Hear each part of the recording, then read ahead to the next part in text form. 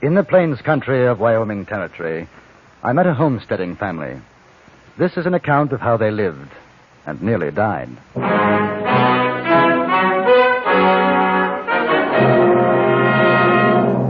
Frontier Gentlemen.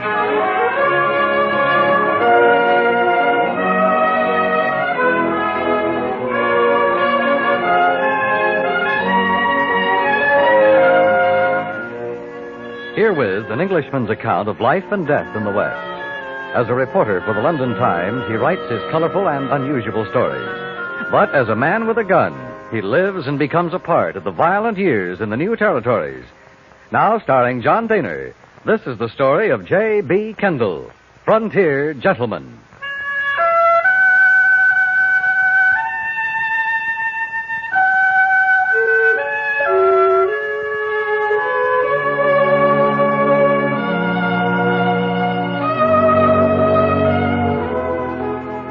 I came across the shack in the mid-afternoon. It seemed to spring out of a slight depression in the unchanging flatness of plains, this isolated cabin with its miniature corral. And startling against the sun-browned earth, the tiny patch of green lawn. As I drew closer, I saw a child, perhaps 3 years old. She hugged a shapeless lump of calico in her arms and stood quiet in the doorway, watching gravely as I approached. I called hello to her.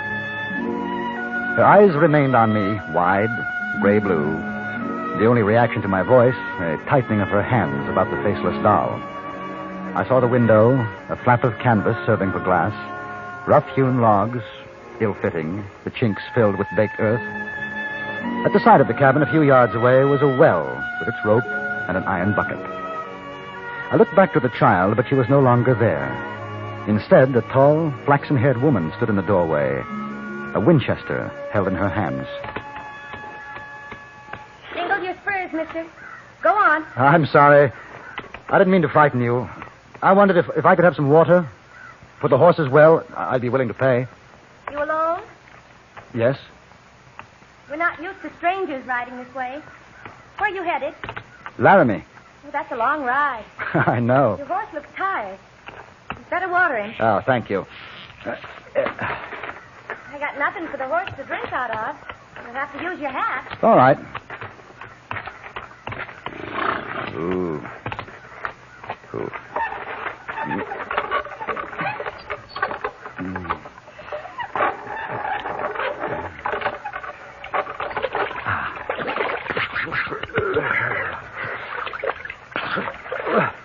Here. Maybe you can use this. It's not much, but it's the biggest pan I've got. No, really, it is. The horse doesn't mind my hat. He's used to it. Never mind. Pour. Oh, thank you. Oh, it's been a hot day. It's about the same as usual. I'm sorry about the rifle, mister. Sure, it's all right. No, I'm sorry. My husband's away.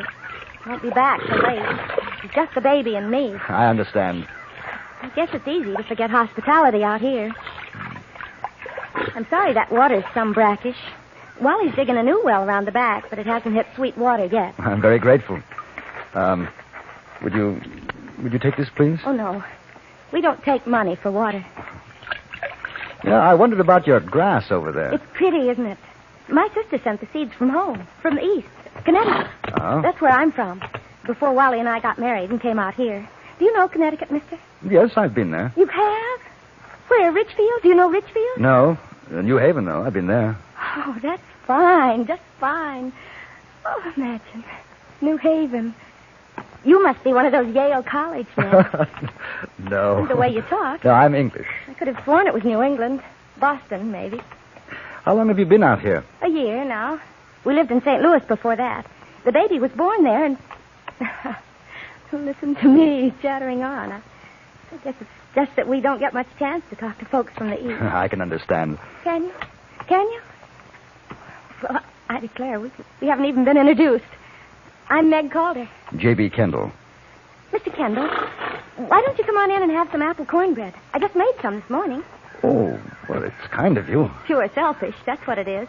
I want to hear about New Haven and the like. You'd best put your horse in the corral. I'll make some coffee.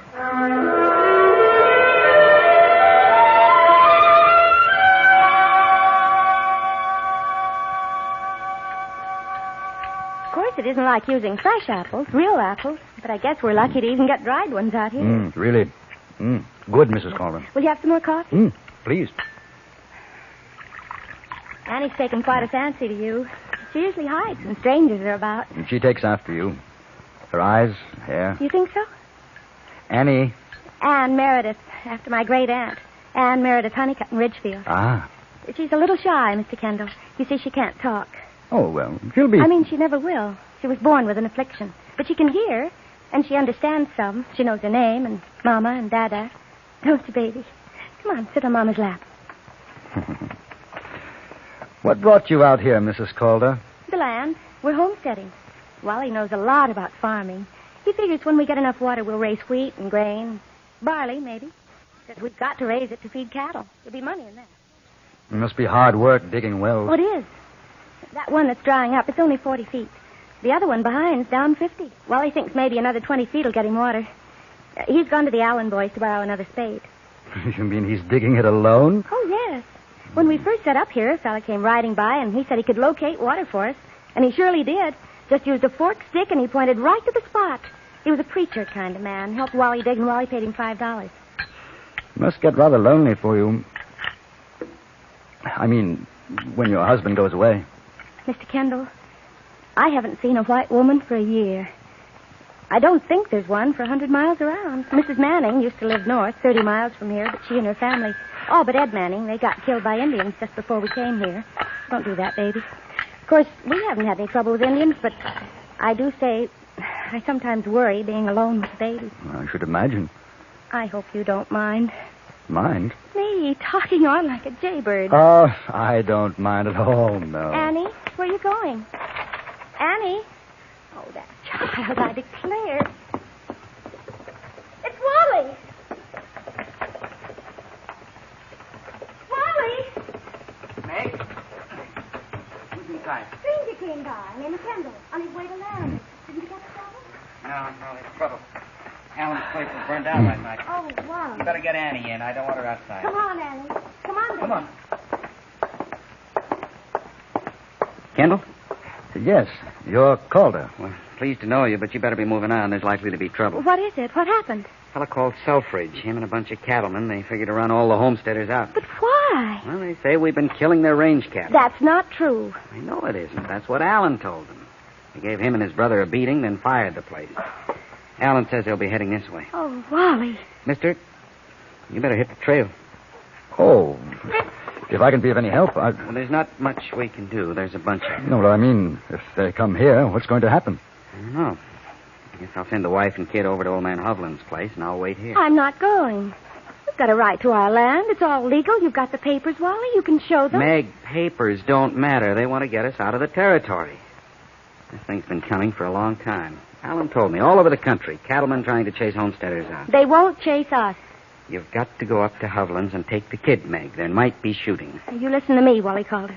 It took a year of wanting and all this spring for me to get that grass patch out front. I'm not giving it up. I'm here. Here I'm going to stay, and no cattleman nor anything else is putting me out. Can't you get protection from the law? Mister, the law is 130 miles from here, and they're not partial to homesteaders either. Well, in that case, it might be just as well if I stay here, just in case you need another gun. Well, I'm obliged to you, Kendall, but if this Selfridge and his pals are looking for someone, it isn't going to be any healthier for you than for us. I'll take the chance with you. At least overnight. Not much of a place to bed down. Meg can fix you up with a blanket. Well, sure I can. I've got a quilt, too. Not that you'll be needing it in this weather, Mr. Kendall. I'd best see to feeding the horse. Meg, you break out that hunting piece. There's shelves back of the bureau top drawer. All right, Wally. I'll give you a hand, Mr. Calder. My name's Wally. And I'd be much obliged. I haven't said anything to Meg, but I've been expecting something like this. Started up last winter, I guess. What happened? Oh, a lot of cattle died. It was a hard season. Well, you know how it is. Yeah. I came across a couple of poor critters myself, froze stiff, so I skinned them, took the hides. Wouldn't do the cattle any good. I sure needed them. So the cattlemen are saying fellas like me killed their beef, but they didn't die a natural death. Oh, watch out for the post. All right, It's loose. Gotta fix that one of these days. I think you're going to have visitors, Wally. Must be them. Selfridge and his boys. How many can you see? 3. No, 4. Yeah, 4. Come on, we better get back to the cabin before they get here.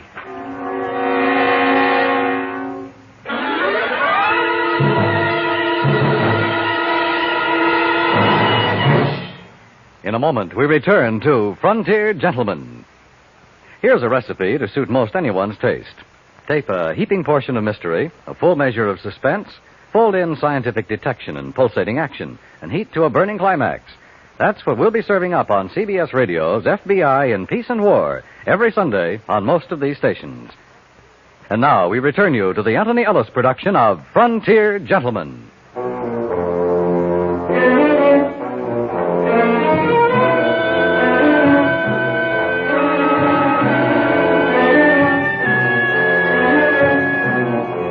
Meg Calder was waiting for us in the doorway when we reached the cabin. I noticed an ancient hunting rifle, as well as the Winchester, leaning against the wall. The child, Anne, was huddled in a corner, still clasping the calico doll in her arms. We watched the riders as they approached across the plain, and their gallop slowed to a canter, a walk, and then they stopped a few feet from the little grass patch. One of the horses began to nibble at the green shoots. Mister, get that horse of yours off my grass. Now, Calder, I ain't gonna make a lot of talk.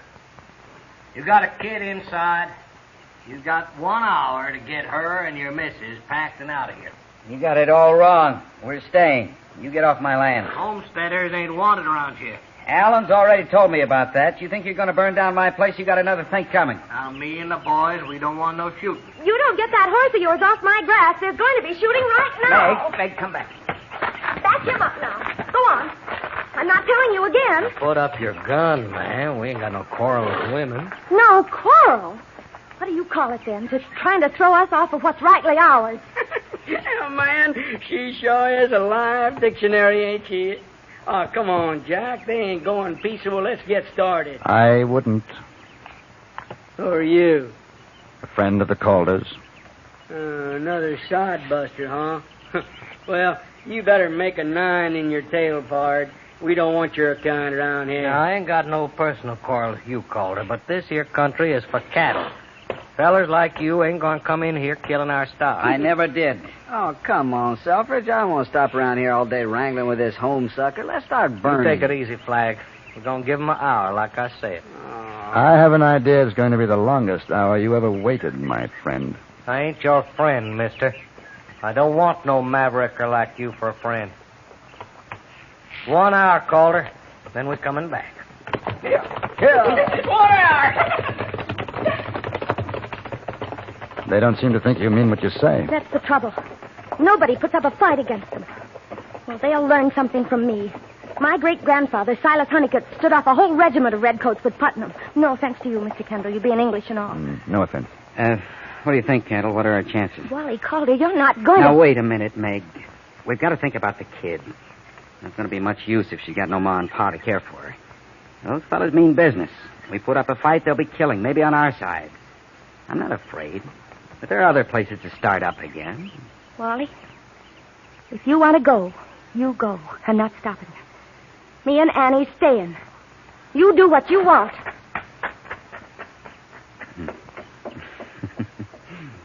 She's some woman, you know, Kendall? I know. I asked, what do you think? Well, I can't answer, Wally. It's up to you. Yeah. She sure takes good care of that grass, doesn't she? You know, we figure on planting vegetables as soon as we get the new well dug. Annie? Wally, did you see the baby come out? Oh, no, she was inside. Oh, she's gone. I can't find her. Annie? Honey? Annie? Annie? Annie? She isn't here, Wally. Did you look behind the stove? She likes to hide behind I it. looked. Well, perhaps she went out while we were all outside. Maybe she got frightened. Annie! Annie, baby! Kendall, you go around the other side. Will you look in the corral? She likes the horse. Maybe she's there. Annie! Annie! For the next 15 minutes, we searched. I could see Selfridge and his men about a quarter of a mile away, watching us. I found no trace of the child. When I returned, I saw the Calder standing beside the mouth of the new well behind the cabin. I joined them and felt a cold chill as I looked down into the darkness at my feet. She couldn't have, honey. Well, maybe she did. Maybe she's down there. No, she knows about it. We showed her. We told her to stay away. Maybe she didn't understand. Maybe she was running, scared and fell, and she's down there. And we can't hear her because she can't cry or shout or anything. And she's lying there, hurt or dead. No, Meg. No, she's just hiding somewhere. We'll find her. No. Now, don't. It's your fault. It's you making us come out here in this terrible place with dirt, not enough food. Honey, we'll find her. She'll be all right. Now, take hold of yourself, Meg. They're back. It's Selfridge. I don't care. I want my baby. Wally, you've got to find her. Yeah. Ain't noticed you ready to leave? The child is lost. Did you see her come out of the cabin? No. No, I didn't. Quint, you see her? Nope. Well, I guess maybe I did while we was talking. Where'd she go? Around here at the back. Wally. You think she fell in the well? Well, we don't know. How deep is it? About 50 feet. Not there deep. You called to her down there? Well, it wouldn't do any good. She can hear, but she can't talk. That's a longish fall. I wouldn't figure her to be alive. Shut no. your fool mouth, Well, Flag, that's will true. you? Called her, you sure she's down there? No, but she isn't anyplace else. Well, what's it like down there? Rock? No, mostly soft You know, dirt. she could be all right, little kid like that. They can take a fall pretty good, you know. Well, that ain't much support, that soft dirt. Like as not you'd get a cave He's in. aiming to fix that, but... Well, maybe she's not even in there. Get a rope, Wally. Somebody's got to go down to find out. Not me, no, sir. I heard about black damp in them wells. Oh, no, sir. Flag, I ain't ready nobody's to set asking my you. Hush up now. Well, I ain't going down there. Haven't got a proper windlass. Just been tying the other end of the post there. Good. She holds good. Now, you fellas pay it out. Sure. I'm going down. Right. Wally, Hard blossom. you be careful. Get behind me, Yeah, Flag. yeah. Get behind him, Flag. Hold tightly now. Okay, I got you. There Yeah. you go. Slow. You got the plank? Yeah. Go ahead. Easy now, darling. Easy. Slowly. Slowly. There's a lot of loose dirt falling. Can't clear the edge. Slowly. Wally, shout out when you're on the bottom. Watch out. You got a hand caught in that hedge. Stay all right now? Yeah, go ahead. He's down. All right. Wally? Is she all right? Wally? I don't know. Bring her up, Wally. Tie the rope under your arms. Hold her. We'll pull you up. Yeah. All right. What? Some slack. Wait. Now. Let us know when you're ready. Lord, please. Please. Oh, Lord. Deliver us. I pray. Oh, now, Mrs. Lord. Now, she's going to be all right. Now, you see she's going to be just fine. Sure taking a sweet time. You ready? Wally, are you ready? What's the matter with him? Calder, you want us to pull up? Gone slack again. It's a black dance got him. That's what it is. You keel over. Wally, can you hear me? I'm going down after them. Be ready to pull up fast when I give the word. I went down into the well as quickly as I dared, my feet unavoidably scuffing the walls of the shaft, sending showers of dirt to the bottom. As the circle of light diminished over my head, I became aware of a stale heaviness in the air, which became more pronounced with every foot of the descent. Then I was at the bottom, and I could dimly make out the form of the child, and huddled beside her, Wally. As I made a hurried loop of the rope under my arms, I began to feel lightheaded. It was an effort to pick up the child, to hold her. Pick me up! Up! Then, as the ascent began, and the air became fresher, I felt my senses returning, and with them the realization that the little girl's heart was still beating. Is she all right? Annie. She's alive. She's alive. Take her. All right. Now, you come on out. I'll go down for Calder. No time. Send me down. Hurry. You'll have to bring us up together. I knew now what was meant by black damp. Some form of gas which gathered in the bottom of the well. This time I breathed as sparingly as possible. At the bottom, I put Wally Calder over my shoulder and then began the never-ending journey to the surface. The light above me became dimmer and dimmer. I felt Wally falling, slipping off my shoulder, my grip on the rope weakening.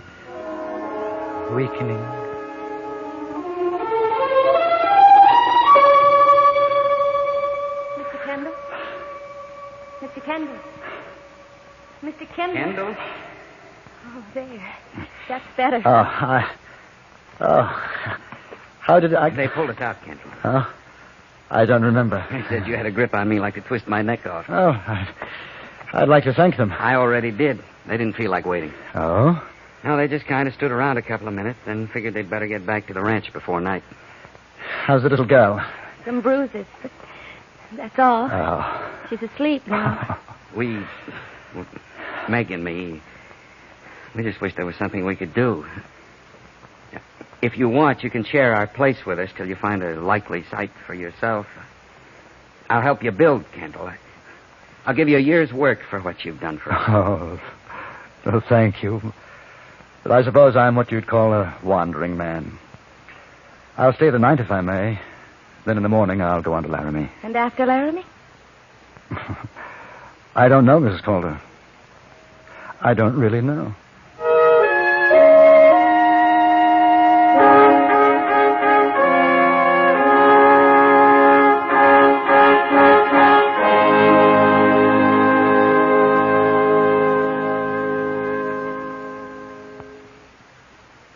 Frontier Gentlemen was written, produced, and directed by Anthony Ellis and stars John Dehner as J.B. Kendall. Featured in the cast were Virginia Gregg, Vic Perrin, Larry Dobkin, Jack Crucian, and Harry Bartell. Dan Cubberly speaking.